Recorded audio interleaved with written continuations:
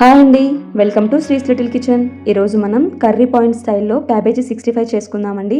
మనం ఏ కర్రీ పాయింట్లో చూసినా అలాగే ఏ వెడ్డింగ్స్లో అయినా మనకు ఈ క్యాబేజీ 65 కన్ఫర్మ్గా ఉంటుందండి.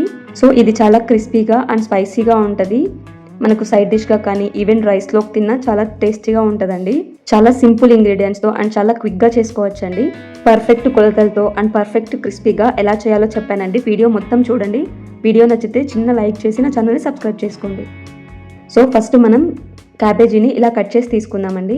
మరీ థిన్గా కాకుండా కొద్దిగా థిక్గా ఉండేటట్లు కట్ చేసి ఒక బౌల్లోకి తీసుకొని పక్కన పెట్టుకుందాం. ఇప్పుడు ఇందులో ఒక పావు కప్పు దాకా శనగపిండి అలాగే పావు కప్పు దాకా కార్న్ఫ్లోర్ వేసుకోవాలండి. తర్వాత ఇందులో ఒక 2 టేబుల్ స్పూన్స్ బియ్యపిండి వేసుకొని బాగా మిక్స్ చేసుకుందాం.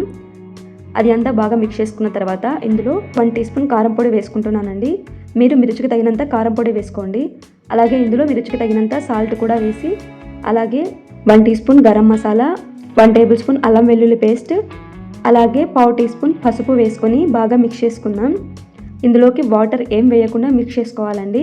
మనకు క్యాబేజ్లో ఉండే వాటర్తోనే మనకి సరిపోతుంది. ఒకవేళ మీకు ఏమైనా కొద్దిగా లూజ్ అనిపిస్తే కొద్దిగా శనగపిండి వేసుకోండి. ఇక్కడ నేను కలర్ కోసం కొద్దిగా ఫుడ్ కలర్ వేసుకుంటున్నానండి. మీకు ఇష్టం లేకపోతే అవాయిడ్ చేయండి.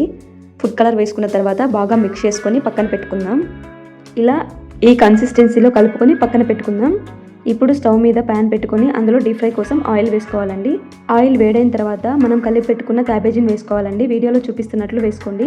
కొద్దిగా మనం పకోడీ స్టైల్ వేసుకుంటాం కదండి, అలా వేసుకొని ఫ్లేమ్ని లో టు మీడియం పెట్టుకుంటూ ఫ్రై చేసుకోవాలండి. అలాగే మీకు ఏమైనా రెసిపీస్ కావాలన్నా అలాగే మీ ఫేవరెట్ డిష్ ఏమైనా ఉన్నా అలాగే మీకు తెలిసిన రెసిపీస్ ఏమైనా ఉన్నా నా కమెంట్ బాక్స్లో చెప్పండి, నేను డెఫినెట్లీ ట్రై చేస్తాను. మనకు ఒక 7 to 10 మినిట్స్లో ఇది ఫ్రై అయిపోతుందండి. ఇలా గోల్డెన్ బ్రౌన్ వచ్చిన తర్వాత క్రిస్పీగా అయిన తర్వాత పక్కకు తీసుకుంటే ఎంతో టేస్టీగా అండ్ క్రిస్పీగా ఉండే మన క్యాబేజీ 65 రెడీ అయిపోతుందండి. చాలా సింపుల్గా చేసుకోవచ్చు, అలాగే సూపర్ ఎమ్మీగా కూడా ఉంటుందండి. ఒకసారి ఇంట్లో ట్రై చేసి చూడండి, చాలా మీకు పర్ఫెక్ట్గా వస్తుంది. నేను చెప్పినట్లు ఒకసారి ట్రై చేయండి, చాలా పర్ఫెక్ట్ క్యాబేజీ 65 మీరు ఎంజాయ్ చేస్తారు. వీడియో నచ్చితే ప్లీజ్ అండి లైక్ చేసి నా ఛానల్ని సబ్స్క్రైబ్ చేసుకోండి. చాలామంది సబ్స్క్రైబ్ చేసుకోకుండా వీడియోస్ చూస్తున్నారండి. ప్లీజ్ అండి వీడియోస్ చూసి సబ్స్క్రైబ్ చేసుకోండి. నచ్చితే లైక్ చేయండి. Thank you.